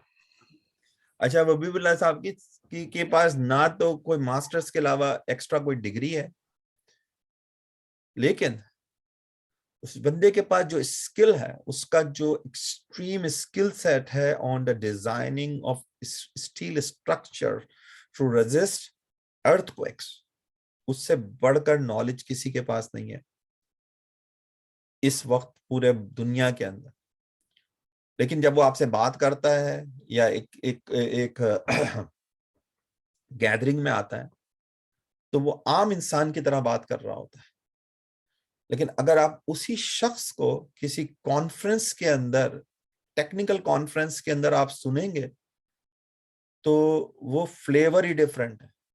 He is a totally different Ashraf Habibullah, and that's what we have to understand, that everybody can not be an specialist in every environment. तो आपको ऑडियंस देख के बात करनी चाहिए, तो he is a master of doing that. और जब वो टेक्निकल बात कर रहा होता है, people stop and listen to him, and that's where the speciality is, that is what forte is. आपके यहाँ कई स्टूडेंट्स हैं, जैसे उसामा है मिसाल के तौर पे, मैं नाम ले रहा हूँ, इसका मतलब ये नहीं कि मैं उनको उनको आइसोलेट कर रहा हूँ। मकसद बताने का ये है कि you cannot be a Osama, you cannot be a Ghulam Haider, you cannot be Ahmed, you cannot be Basit, you cannot be Muiz, you cannot be until unless you want to be like that. आपको Excel करना है या आपको decide करना है, किस में करना है ये भी आपको डिसाइड करना है। कोई आपके लिए डिसाइड करने नहीं आएगा, या आपको करना है कि आप खुद जुस्तजू करके मालूम करें कि आप किस को में काम करके खुश होते हैं, और वही चीज आपके लिए बेहतरीन काम आएगी जिसमें आप सबसे ज्यादा खुश होते हैं। पैसा बनता रहेगा, लेकिन जिसमें आप खुश होंगे उसी के अंदर आप एक्सेल करेंगे। जब एक्सेल करेंगे तो स्पेशल होंगे, स्पेशल होंगे तो स्पेशलिस्ट होंगे। जब स्पेशलिस्ट होंगे तो दुनिया सुनेगी आपकी, कुछ बताने की जरूरत नहीं। ये जो इन्फ्लुएंसर्स हैं आजकल के, मेरे नजदीक इससे सबसे बड़ी बेवकूफी कोई नहीं होगी, लेकिन इस a tact line, is a thing that sells. The question is he achieving the goal that he or she has put for himself as an influencer? Okay, आप क्या हैं? आप क्या अपने छोटे बहन भाइयों के लिए इन्फ्लुएंसर बन सकते हैं? क्या आप अपने की खानदान के लिए इन्फ्लुएंसर बन सकते हैं? This is the question you should start asking yourself. अब मैं आप लोगों की सुनना चाहता हूं। आप लोगों के पास कुछ बात करने के लिए है, इससे पहले कि मुझे नमाज जुम्मा के लिए निकलना पड़े?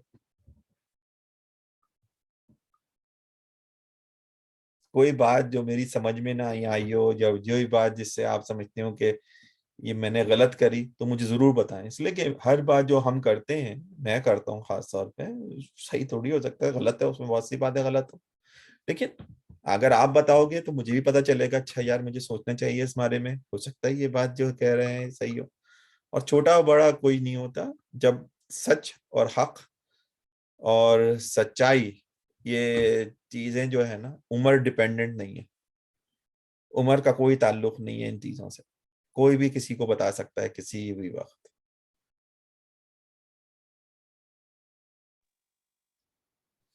अस्सलाम वालेकुम सर, आपसे क्वेश्चन है। हाँ बोलो बेटा।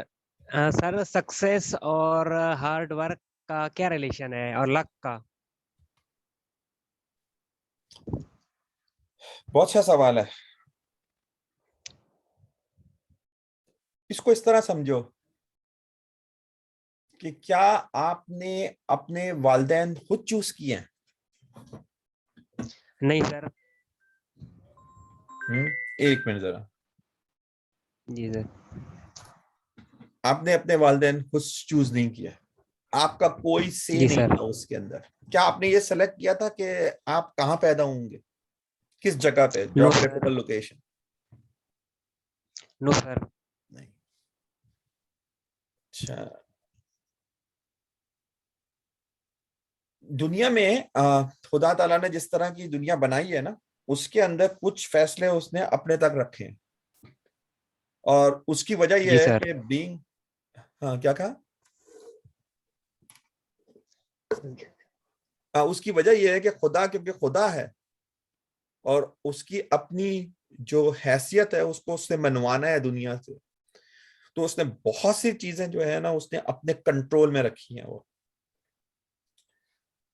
उसने ये कहा कि मैंने दुनिया बनाई है तुम्हारे लिए, और दुनिया जो है उसके अंदर कॉज एंड इफेक्ट का रिलेशनशिप रखी है मैंने। तो कुरान कहता है कि मैंने रूल्स ऑफ नेचर क्रिएट कर दिए हैं, लेकिन क्योंकि मैं खुदा हूं तो मुझे ये मालूम है कि, कुरान में अल्लाह कहता है कि मुझे ये मालूम है कि एक पत्ता हिलेगा दुनिया में, एक दरख्त के ऊपर एक पत्ता हिलेगा। खुदा कहता है मुझे मालूम है कि ये पत्ता हिलेगा,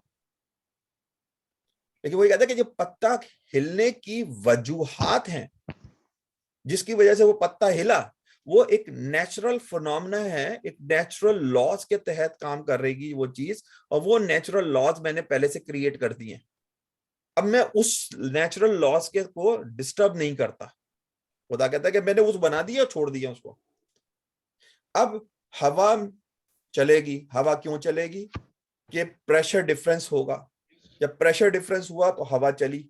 हवा चली तो जहां दरख्त आया उसके ऊपर जो पत्ता है, पत्ते की जो वेट है वो इतना हल्का है कि जब उस पर हवा का प्रेशर पड़ेगा तो वो उसको मूव करेगी। तो खुदा ने कहा मुझे ये मालूम है कि ये पत्ता इतने बजे हिलेगा, ये मुझे मालूम है। क्यों हिलेगा, कैसे हिलेगा, किस वजह से हिलेगा, इसकी मैंने रूल्स बना दिए, उस वजह से हिलेगा।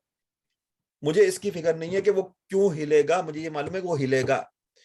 खुदा कहता है कि मुझे ये मालूम है इंसान जो है वो क्या फैसला करेगा। फैसला कौन करेगा, वो अभी भी इंसान ही करेगा, लेकिन मुझे ये मालूम है कि क्या फैसला करेगा। यही वो बातें हैं जो उन्होंने लिख दी हैं कि ये काम करेगा। अब इसमें दो बातें हैं। आपको सक्सेस एक वर्ड है जिसकी अगर मैं सबसे पूछूं ना आपसे, और आपसे कहूं बगैर किसी को बताए सिर्फ लिखो कि what do you mean by word success, success होता क्या है। हर आदमी सक्सेस को डिफरेंट तरीके से डिफाइन करेगा। कोई लोग डिफाइन करेंगे सक्सेस मनी के बेसिस के ऊपर, कुछ लोग डिफाइन करेंगे सक्सेस नॉलेज के बेसिस के ऊपर, कुछ लोग डिफाइन करेंगे सक्सेस जो उनको इज्जत मिल दे दुनिया वाले। तो हर आदमी की जो सक्सेस है वो डिफरेंट है। कुछ लोग जो होंगे वो कहेंगे जो सक्सेस मुझे आखिरत में मिलेगी मैं उसका तालिब हूं। तो सक्सेस जो है ना वो डिफरेंट है, ठीक है।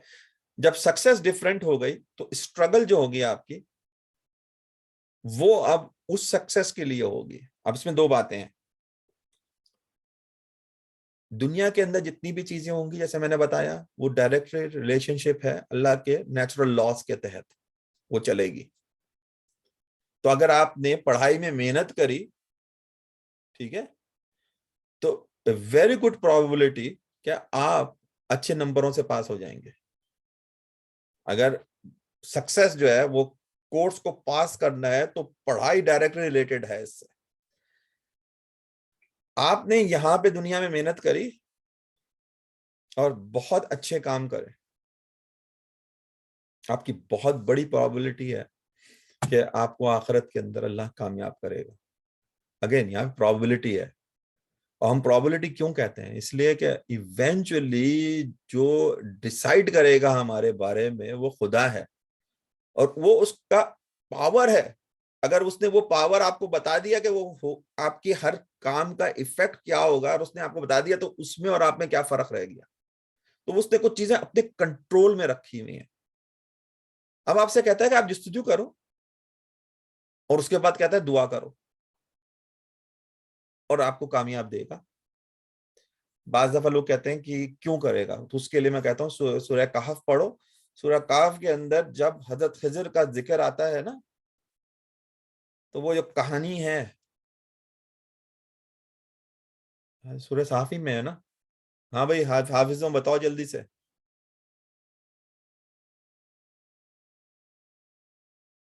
याद है किसी को? चेक करना। जुम्मे को कहते हैं लोग पढ़ने को सूरह कहफ को। तो जो हजरत खिजर का वाकया है ना, अगर आप उसको समझे तो उन्होंने बच्चा मार दिया, छोटा सा बच्चा मार दिया, अच्छी खासी किश्ती के अंदर छेद कर दिया। अच्छा, जिस जिस जगह गए वहां पे जब लोगों ने खाना नहीं दिया, उसी जगह के अंदर एक दीवार गिर रही थी, उसको रोक दिया, गिरने से रोक दिया। दीवार क्यों गिर रही थी? हवा चली होगी, दीवार कमजोर होगी, वो गिर रही थी। ठीक है ना, ये कॉज एंड इफेक्ट वाली बात आ गई यहाँ पे। लेकिन क्या था, क्योंकि अल्लाह की कुदरत थी ना, उसने रोक दिया उसको। क्यों रोका, उसकी एक वजह फिर बाद में हजरत खज़र खुद बयान करते हैं। हजरत मूसा को उन्होंने पूरा बयान करके बताया कि मैंने कौन चीज क्यों करी। इसलिए कि जो चीज अल्लाह समझता है कि वो बेटर दुनिया के लिए बहुत बड़े मसला क्रिएट कर सकती है, उसको रोक देता है। और कोई ऐसा चीज जो कि अल्लाह के अच्छे नेक बंदे होते हैं उनको तकलीफ ना पहुंचे, उनसे भी चीजें रोक देता है। होनी तो होती है, लेकिन फिर भी रोक देता है। वो बच्चा मारा क्यों था? वो बच्चा इसलिए मारा था कि वो बड़ा होने के बाद खुदा को मालूम था कि जो भी हरकतें करेगा उससे उसके माँ बाप बहुत तकलीफ में होंगे। और माँ बाप बहुत ही ज्यादा नेक थे, उन्होंने कहा उनको नेकों को बचाओ, उसको बचपन में मार डालो। उसने वो किया नहीं था, लेकिन खुदा को मालूम था कि अगर वो जिंदा रहता तो ये काम करता।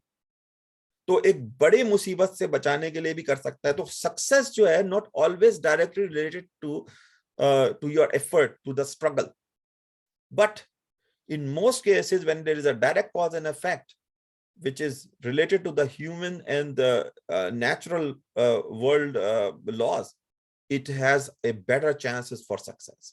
तो आप पढ़ाई में पढ़ोगे, आप अपनी जॉब के अंदर जिस करोगे, लेकिन याद रखिएगा हमेशा, अगर आप के सामने एक पहाड़ है और आप खुदाल लेके खड़े हो गए कि मैं आज इसके अंदर से रास्ता बना के निकलूंगा, तो आपको सोचना चाहिए, फिक्र करनी चाहिए, दिमाग लगाना चाहिए। Is it better to do that और just cross it over, side से निकल जाओ? तो कभी कभार जो जुस्तजू कर रहे होते हैं ना, आपको पीछे हटके सोचना चाहिए कि क्या जो मैं जुस्तजू कर रहा हूं, is it in the right direction? कुछ और तरीकेकार तो नहीं हो सकता इसी चाम को अचीव करने के लिए? इसलिए गोल तो आपका डिफरेंट है ना, सक्सेस तो आपके डिफरेंट है। तो सक्सेस को अचीव करने के लिए कोई एक राउट नहीं होता, कुछ मुश्किल रास्ते होते हैं, कुछ आसान रास्ते होते हैं। तो हर दफा आपको सोचना चाहिए। मैंने याद करो, मैंने जब स्टार्ट किया था मैंने कहा था ये खसलत है इंसान की, वो सोचता नहीं है।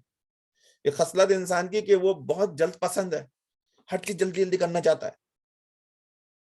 यही वो चीजें होती हैं जो कि सक्सेस के अंदर हिंडर करती हैं।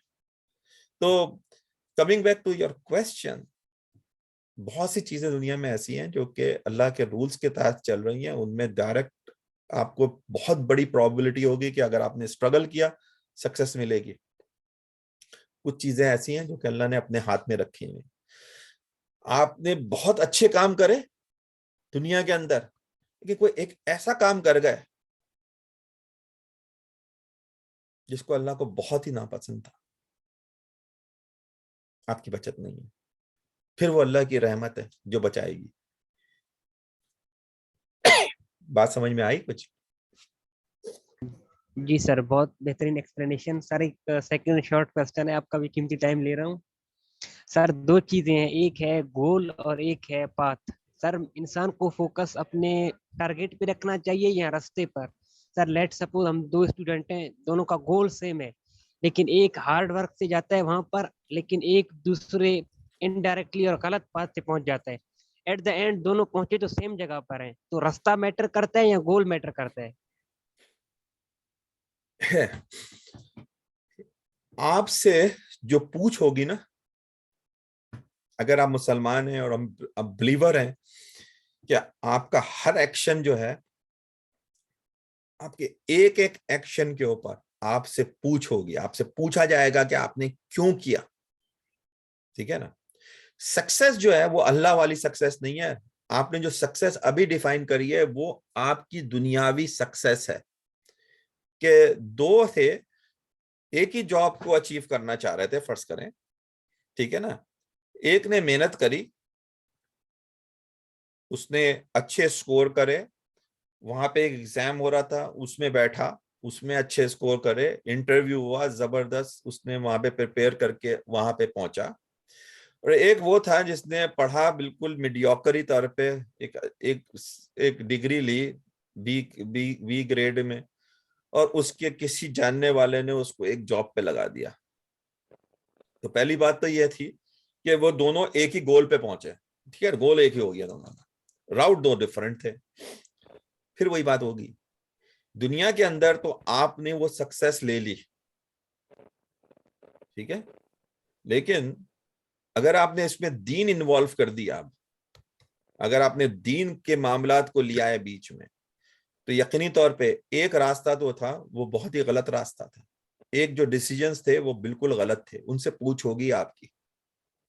और खास तौर पे उस वक्त पूछ होगी कि जब आप उस पोजीशन पे पहुंच गए जहां पे आपके फैसले हुकूकुल इबाद या आम आदमी के पे असरअंदाज होंगे। मिसाल के तौर पे वाटर एंड सीवरेज बोर्ड के अंदर कोई बंदा लग गया और वहां पे लग के वो डिप्टी डायरेक्टर वगैरह तक पहुंच गया, उसके पास मामला आया कि यार मुझे एक पाइपलाइन बिछानी है पानी की और एक ड्रेनेज की लाइन बिछानी है। ठीक है, आपने कॉन्ट्रैक्ट पर बुलाया, सब कुछ करा। अगर आपके पास सोच की कमी थी, अगर आप टैलेंटेड नहीं थे और आपको वैसे ही पुश करके एक जगह बचा दिया गया है, तो अब आपके पास सक्सेस के अंदर पोजीशन के बाद उसके बाद जो दूसरी सक्सेस है वो पैसे वाली है। तो अब आप ये देखेंगे कि उनसे जब कौन सा कॉन्ट्रैक्टर मुझे ज्यादा पैसे देगा, आप उसी चक्कर में लगे होंगे। आप ये भूल जाएंगे कि आपके फैसले से जो आम आदमी को नुकसान पहुंचेगा ना, उसकी पूछ होगी आपसे। आप बच नहीं सकते उससे, चाहे कितने भी उम्रा कर लें, कितने भी हज कर लें, वो इररेलेवेंट है सारे के सारे। जब खुदा की बात आएगी तो वो खुदा के ऊपर है, क्या वो मानता है उन तमाम को या नहीं मानता। हमेशा अपनी नमाज पढ़ते वक्त ये सोचें कि क्या नमाज कबूल हो रही है या नहीं। और अल्लाह ने खुद कुरान में बता दिया है कि वो जो सक्सेस है ना नमाज का, वो क्या है कि अगर तुम सही नमाज पढ़ रहे हो तो वो तुमको बुराई और बेहाई वाले बातों से दूर रखेगी। ये सक्सेस है नमाज का। कितने भी तरीके से पढ़ लो, 5 की 5 वक्त की पढ़ो, फर्ज पढ़ते रहो, नफिले पढ़ो, सुन्नतें पढ़ो, लेकिन अगर वो आउटकम नहीं मिल रहा जो कुरान बयान कर रहा है तो सक्सेस नहीं है, सक्सेस नहीं है वो। सोचो क्यों क्यों कहता है अल्लाह ये वाली बात। इसी तरह हर गोल और राउट का हशर यही है। आप राउट गोल तो पहुंच जाओगे, पूछ जो होगी आपकी गोल से नहीं होगी, पूछ ये होगी कि जो रास्ता सेलेक्ट किया था भाई, उसके अंदर तुमने क्या किया, कितने लोगों के हक मारे, कितने कितने लोगों के कंधों के ऊपर पांव रख के जंप मारी। क्या तुम में टैलेंट था कि तुम वो वाली जॉब पकड़ लो? नहीं था। तो तुम्हारे फैसले जो हैं तुम्हारे राउट के ऊपर, ये जिसको आप लोग रूट कहते हैं, उस पर डिपेंड करते हैं। रास्ता कौन सा सेलेक्ट किया तुमने पहुंचने के लिए। पहुंच तो सभी जाते हैं, लेकिन जो रास्ता है ना वो आपको डिफाइन करता है कि आपने क्या, आपकी अपनी हैसियत क्या है। सोहेल साहब हैं कौन, वो बताता है कि क्या डिसीजन लिए थे उन्होंने लाइफ में, कौन सा रास्ता सेलेक्ट किया था। आई बात समझ में शहजाद? हाँ जी sir, thank you so much, thank you so much. कुछ और बात करनी है किसी को? मेरे पास 5 मिनट रहते हैं, मैंने 1.5 घंटा रखा था, सॉरी। मैं अगर वो हमने आज लेट हो गए थे तो अब आप में से जो भी मैंने आपको 3 बातें बताई हैं, अगर कोई लीड करना चाहता है इन एक्टिविटीज में, 4 एक्टिविटीज में, तो जरूर मुझे वो कांटेक्ट करें उसी के ऊपर, व्हाट्सएप ग्रुप के ऊपर। अगेन लीडर जो होगा उसको काम लीड करना होगा, और जो बाद में आप अपनी टीम क्रिएट करेंगे उन लोगों की जो आपसे कह रहे हैं कि हम आपकी हेल्प करेंगे, और फिर हम जो काम होगा उसी तरह डिस्ट्रीब्यूट करना भी होगा और उसको कंप्लीट करना होगा। हाँ बताएं शाहजेब, आपने हाथ उठाया हुआ है। अस्सलाम वालेकुम सर। अस्सलाम वालेकुम। वालेकुम everyone। वालेकुम अस्सलाम। सर वो मैंने आपको बताया था कि मैं एक कंपनी में अभी फिलहाल काम कर रहा हूँ, वो ग्राफिक डिजाइनिंग से रिलेटेड सॉफ्टवेयर हाउस एक छोटा सा। माशाल्लाह, दैट्स गुड। तो सर वहाँ पे ग्राफिक डिजाइनिंग के तौर पे मैं अभी फिलहाल एज अ इंटर्न ही हूँ। तो वहाँ पे कुछ चीज़ें देखी है मैंने। दरअसल वहाँ पे ना कुछ क्लाइंट्स हैं, वो छोटी सी कंपनी है, ज़्यादा बड़ी नहीं है। तो वहाँ पर क्लाइंट्स सऊदी अरब के हैं और कोई खास उनका बिजनेस नहीं है, नॉर्मल अभी सबके स्टार्टअप्स हैं और वो सारे यहाँ हमसे मतलब इस कंपनी से डिजाइन बनवा रहे होते हैं। तो बेसिकली वो स्टार्ट में इस तरह से रखा हुआ उन्होंने कि सोशल मीडिया पे उनकी प्रेजेंस है और वो नॉर्मल पोस्टिंग्स होती हैं, मतलब बहुत से कुछ इदारों मतलब कुछ कंपनीज ऐसी हैं जो रेगुलर पोस्टिंग करती हैं, जिनके महीने के 30 पोस्ट हम बना कर देते हैं और उसमें वीडियोस भी इंक्लूड होती हैं और गिफ्ट भी इंक्लूड होते हैं। इसके अलावा मतलब वेबसाइट्स होती हैं, वेबसाइट्स पे भी वो लोग काम कर रहे होते हैं। खैर, जो मेन चीज़ है ऑफिस में भी यही है।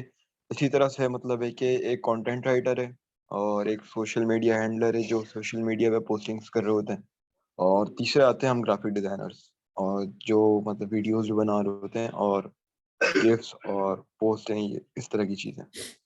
तो सर मैं चाह रहा था कि अगर मैं ग्राफिक डिजाइनिंग में को लीड कर लूँ और सोशल मीडिया और कंटेंट राइटिंग के मतलब इनसे कांटेक्ट में रहना, तो ठीक है, सही है, ये हो सकता है, क्यों नहीं हो सकता। ये तो मेरे लिए बात वही है ना कि अगर आप ले रहे हैं तो फिर वो, जिस मैंने कहा ना कि पूरे दिल से ले। तायरा कह रही है कि वो सोशल मीडिया को हैंडल कर सकती हैं। चलें ठीक है। रफीउल्लाह ने रेडी, मुजम्मिल, ताहा और इज्जत उल्ला एंड अनस, ये लोग सब हैं। अच्छा ठीक है। तो आप बताएं मुझे इसी तरह से व्हाट्सएप के ग्रुप के ऊपर ही कि आप लोग कौन सा चीज करना चाहते हैं। और again we'll put down a deadline के लेट्स से कि हम कहते हैं social media and posting design के ऊपर सिद्दीकी ने भी, अली जावेद सिद्दीकी है। तुमने अपना नाम खूब बदलते रहते हो, अब सिद्दीकी कर जी लिया सर। तुम। नहीं सर, वो लैपटॉप डेड हो गया था तो मोबाइल से ज्वाइन किया। अच्छा, तो मोबाइल का नाम डिफरेंट है। नहीं सर, वो डिफरेंट आईडीज लॉग्ड इन है ना। अच्छा जी। अच्छा, तो ओके, तो ये जो है फिर ऐसा करते हैं ना कि उसी व्हाट्सएप ग्रुप पे रखते हैं, और हम वेंसडे तक का, रईस कह रहे हैं वो लिंक्डइन देख सकते हैं। मैं आपको बता दूंगा, लिंक्डइन मेरा ख्याल है इस वक्त ताबिश भाई के पास है, तो तुम ताबिश भाई से बात कर लो उस मसले पे। बल्कि मैं तुम उस पे ही आओगे ना, मेन मेन ग्रुप पे लिखोगे तो उसी वक्त हम डिस्ट्रीब्यूट कर देंगे। तो अभी हमारे पास 2-3 ग्रुप्स हो गए हैं, दैट्स गुड इनफ। कंटेंट के लिए अलीशा आ गई हैं फिर से। मैं तुम तो अब ग्रेजुएट हो रही हो, तुम अपनी ग्रेजुएशन की फिक्र करो मियाँ, अब बहुत हो गई। अभी तुम्हारे पास वैसे भी वो अलग ग्रुप मौजूद है जो कि हम वीडियो बना रहे हैं ना, डॉक्यूमेंट्री बना रहे हैं एनईडी स्कॉलर्स की, अभी तो तुम उसमें भी इन्वॉल्व हो अलीशा। जी सर, लेकिन मैं यही बोल रही हूँ सर, पहले भी मैं आपने मुझे बोला था कि एक टीम जनरेट करो, तो मैंने ग्रुप पे मैसेज डाला था लेकिन कोई पॉजिटिव रिस्पांस आया नहीं था। कोई बात तो नहीं, मैं कह रही हूँ जब जब टीम नहीं कोई बनेगी तो प्रोजेक्ट मैनेजर भी नहीं होता। यही इशू हो रहा है, तो मैंने कहा जब तक तो मैं इंशाल्लाह साथ दूंगी इस चीज में। आगे टीम में कोई और मुझसे अच्छा काम करना चाहे तो मुझे उससे कोई इशू नहीं है। चलें, एक और प्रेरणा भी कह रही हैं कि वो भी सोशल मीडिया हैंडलिंग कर सकती हैं। चलो ठीक है, तो फिर एक काम करते हैं ना कि आप तीनों में से डिसाइड कर लें। आप रईस हो गया, आप हो गई प्रेरणा, और वो क्या नाम है उसका, ये तो अभी डिसाइड कर लेते हैं ना, क्या नाम था, ताहिरा का।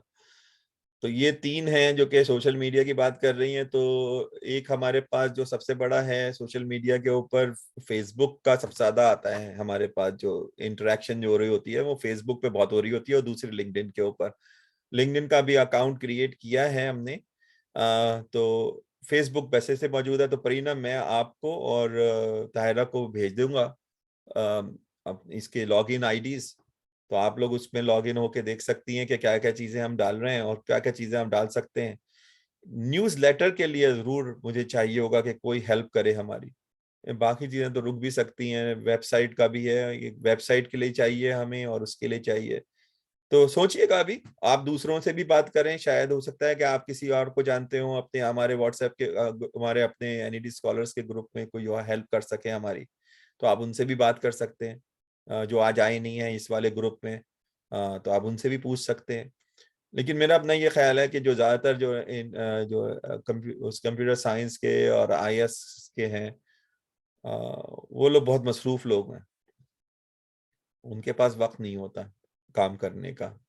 तो कई दफा स्टार्ट करा है इन लोगों ने काम, तो उसके लिए फिर यही होगा कि हम फाइवर पे कोई ढूंढ लेंगे बंदा, उससे करा लेंगे काम।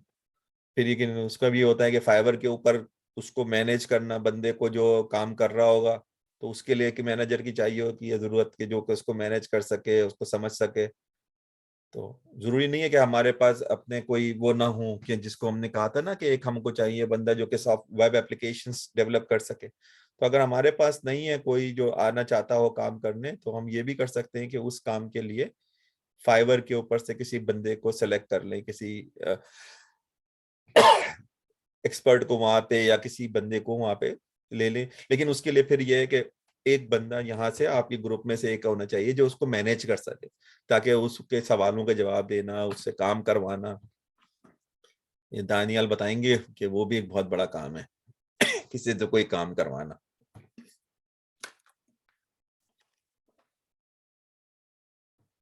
चलें ठीक है फिर, और कोई बात किसी को और पूछनी है कोई? थैंक यू, आपने रात का इतना बड़ा वक्त मेरे साथ गुजारा। अब 12 बज रहे होंगे अब तो वहां पे, 12:15। अस्सलाम अस्सलाम सर, मुझे कुछ बात करनी थी। करें करें बेटा। सर मैं कुछ कहना क्या चाह रहा था कि हम अगर रिसर्च साइट के ऊपर भी कुछ काम करना चाहें, अगर ग्रुप बनाकर डिपार्टमेंटल वाइज, तो तो उस भाई साइट पे भी हम काम कर बहुत सकते हैं। जरूरी है, ये तो बहुत जरूरी है। मैं चाहूंगा, मेरा एक अल्टीमेट जो एक वो होती है ना, एक मेरा ख्वाहिश है, वो ये कि तुम में से हर आदमी कम से कम एक रिसर्च पेपर पब्लिश करे। जी सर, तो हम इस तरह भी डिवाइड कर सकते हैं कि सर डिपार्टमेंट में जो फोर्थ ईयर और थर्ड ईयर के जो स्टूडेंट्स हैं वो लीड कर लें उससे, और फर्स्ट ईयर वाले तो चलो फिर भी उनका इतना एक्सपोजर नहीं होता है फील्ड के ऊपर, वो बहुत न्यू होते हैं। लेकिन सेकेंड ईयर ऑनवर्ड हम काम कर सकते हैं। अगर अगर थर्ड ईयर वाले फोर्थ ईयर वाले किसी रिसर्च पे काम करें, तो सेकेंड ईयर वाले को पता होता है कि हाँ किस तरह काम होता है, किस तरह काम करे, तो वो जब काम करेंगे तो उन्हें भी आइडिया होगा, फिर वो उनके जो जूनियर होंगे वो उन्हें भी गाइड कर सकते हैं इस तरह। तो इस बिल्कुल कर तरह वो सकते हैं, पब्लिकेशंस, हाँ, और इस तरह फिर हम पब्लिकेशंस भी लाइन बिल्कुल कर वाइज कर सकते हैं। सकते हैं। देखिए अभी तो आप अगर चाहो तो एक तुम वो रख लो, एक वेबिनार रख लो इसके ऊपर, कि हाउ टू कंडक्ट रिसर्च के ऊपर। तो उसमें एक थोड़ा सा हम तुमको बता देंगे कि कितने टाइप के रिसर्च होती हैं दुनिया में, और आप लोग कौन कौन सी कर सकते हैं बहुत इत्मीनान से। और उसको फिर सामने रख कर हम, आप कोई अपने तौर पे, ऑलमोस्ट हमारे पास हर डिपार्टमेंट के हैं, और आप कंप्यूटर साइंसेस के से लेकर मैकेनिकल, मैकेनिकल से लेकर इलेक्ट्रिकल, और सबसे बड़ी बात यह है कि मैनेजमेंट साइंसेस के अंदर आप उन सब के ऊपर आप इंटरकनेक्शन के थ्रू भी कर सकते हैं, और इंडिविजुअल भी कर सकते हैं। तो कोई ऐसी बड़ी बात नहीं है, अगर कोई करना चाहिए तो इट्स नॉट बैड। वैसे मैं शायद अगर हमारा एक कॉन्ट्रैक्ट चल रहा है मेरा एनईडी तो नहीं, डीएचए सुफ़ा यूनिवर्सिटी जो है आपकी, उनसे हमारा एक मेरी यूनिवर्सिटी का वो चल रहा है, और इंटरेक्शन चल रहा है कि हम एक डिग्री वहाँ पे, अमेरिकन डिग्री आपको वहाँ पे डीएचए सफ़ा में दें। अगर वो बातचीत आगे बढ़ती है तो मोस्ट प्रॉब्ली मैं अप्रैल तो नहीं, मई के फर्स्ट वीक के अंदर शायद पाकिस्तान आऊं उनको उस कॉन्ट्रैक्ट पे साइन करने के लिए। तो ये तमाम बातें जो है ना, ये जो आप बात कर रहे हो, ये लोग वो डीएचए वाले भी इसी तरह की बात कर रहे थे कि यंगस्टर्स को आप रिसर्च की तरफ लेकर आए। मेरा अपना थोड़ा सा इस पे डिफरेंट कॉन्सेप्ट है रिसर्च के ऊपर, पाकिस्तान के अंदर खास तौर पे। हम जिसको पता नहीं आप में से इसमें कौन कितने लोग हैं जो कि मेरे साथ उसमें इन्वॉल्व हैं, डियर टू डिजाइन वाला जो मेरा प्रोजेक्ट है बच्चों के साथ, छोटे बच्चों के साथ। हाँ, ये है मेरा ख्याल है तारा और दानियाल दोनों ही हैं उसके अंदर। तो ये छोटे बच्चों को हम सिखाते हैं कि इनोवेशन और प्रॉब्लम सॉल्विंग कैसे होती है, ये कि ग्रेड 1 से लेकर ग्रेड 10 तक के स्टूडेंट्स को। तो ताहिरा मेरा ख्याल है इसमें इन्वॉल्व है, I don't forget, I think you are involve है। तो जो रिसर्च होती है ना, जिसको हम रिसर्च कहते हैं, मेरे नज़दीक पाकिस्तान जैसे मुल्क के लिए जिसको हमको जिसके अंदर रिसर्च का डिफरेंट कॉन्सेप्ट होना चाहिए, और वो कॉन्सेप्ट होना चाहिए कि हमारी रिसर्च जो है वो हमारी कम्युनिटी को सर्व कर सके। तो हमारे जो जिसको हम कम्युनिटी बेस्ड प्रोजेक्ट्स कहते हैं ना, उनको करना चाहिए। जी सर, हमने लास्ट ईयर डिस्कस भी करा था इस बारे में, कुछ मेडिकल इंस्ट्रूमेंटेशंस के बारे में मैंने बात भी की थी, आईओटी डिवाइसेस। तो एब्सोल्युटली हम बीच में स्टक हो गए थे क्योंकि हमारी रेस्पबेरी पाई कोर्स स्टार्ट नहीं हुई थी। तो लेकिन अब अल्हम्दुलिल्लाह हम लोगों ने काफी ज्यादा कुछ सीखा है रेस्पबेरी पाई कोर्स से। उमैद भाई ने भी बहुत कुछ सिखाया है उसके बारे में, तो अब हम ये उस जो पर है ना काम ये कर चीज सकते हैं। हाँ। बिल्कुल ऐसे। अभी हम तुम कभी हमारा जो डे टू डिजाइन वाला जो अभी हो रहा है प्रोजेक्ट, उसमें भी कई एक एक है, एक प्रोजेक्ट है रेस्पबेरी पाई के, मेरा ख्याल है कि तीन प्रोजेक्ट्स हैं उसके अंदर रेस्पबेरी पाई के ऊपर जो बच्चे कर रहे हैं। तो आइडिया यही है कि हम ये कर तो सकते हैं, लेकिन पाकिस्तान की रिसर्च मेरे नजदीक कोई ऐसी रिसर्च नहीं होगी जो कि दुनिया को चेंज कर दे। वो मोहल्ला चेंज करे, वो जी कम्युनिटी चेंज करे, वो शहर चेंज करे, फिर वो मुल्क चेंज करे। हमारा अगर हम इतने बड़ी बड़ी बातें के अंदर उलझ जाते हैं कि हम ये भूल जाते हैं कि हमारा बेसिक मसला क्या है। पानी पीने को नहीं है, है? हमारा बेसिक मसला क्या है? घर में चूल्हा जलाने के लिए चूल्हा नहीं जल रहा। हम बात कर रहे हैं कि हम दुनिया को फतह कर रहे हैं। वो जो अभी एक जो ताहिरा तुम काम कर रही हो, ये कौन काम कर रहा है, वो बायोगैस का एक ऐसा छोटा सा प्लांट जो आप अपने घर में लगा सकते हैं। तो किस तरीके से आप घर का जो वेस्ट है उसको यूज करके आपने गैस बनाई और वो चल रही है घर के अंदर। तो ये जो हमको सोचना पड़ेगा कि अभी पानी भी नहीं होगा, 2030 के बाद से अक्यूट शॉर्टेज होगी कराची के अंदर। तो क्या क्या सोचेंगे? इंडिविजुअल को सोचना पड़ेगा, गवर्नमेंट तो नहीं सोचेगी। गैस नहीं है, चूल्हा कैसे जलाओगे? खाना कैसे बनेगा? एक बच्चे ने अभी वो कहा कि कराची के अंदर वो बहुत होता है सूरज, ठीक है चलो सोलर स्टोव बनाओ, ऐसा स्टोव जो कि जिससे आप काम कर सके। प्रॉब्लम ये है कि अगर आपने स्टोव रखा बाहर और खुद भी बाहर बैठे हुए हैं तो गर्मी से तो मर गए आप। वो 42 और 43 डिग्री के अंदर कौन अम्मा बैठ के खाना बनाएगी तुम्हारे लिए? तो ये तमाम बातें जो हैं कि रिसर्च टॉपिक्स हैं, ये करना पड़ेगा कहीं ना कहीं किसी ना किसी को। ये कहलाती है community community project, community innovative projects.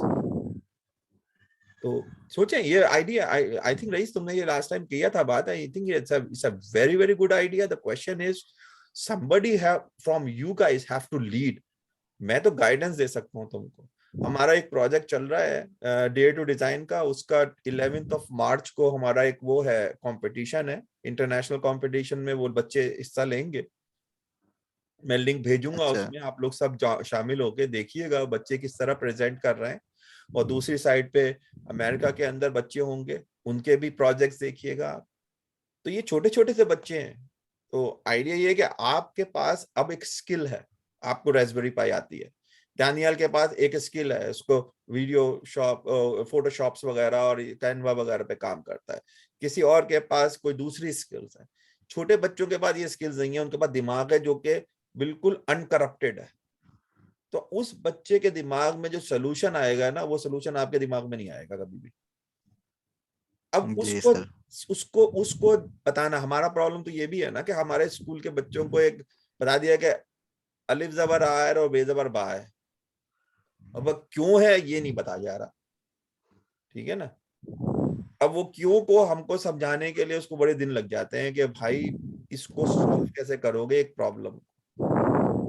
वैसा है कि मिस्त्री बुला लूंगा सफाई करने की, यार खुद करने की कुछ नहीं। It's a different topic. लेकिन I think I like your idea. If you want to proceed with it go ahead. I will give you all the things. Sir मैं आपसे इस पे बाद में डिस्कस करूंगा, मेरे पास बिल्कुल जो आइडियाज बिल्कुल, है एनी उसे टाइम बेटा, explain. Any time, okay sir. Any thank time, any time. और कुछ? चलो फिर ठीक है बेटा, मेरा भी टाइम हो गया नमाज का। आप लोग भी दुआ करें और इंशाल्लाह अल्लाह बेहतर करेगा सबके लिए। अगर मैंने कोई गलत बात कही हो तो प्लीज मुझे माफ कर देना। ओके, अल्लाह हाफिज। खुदा हाफिज। हाफिज, खुदा हाफिज।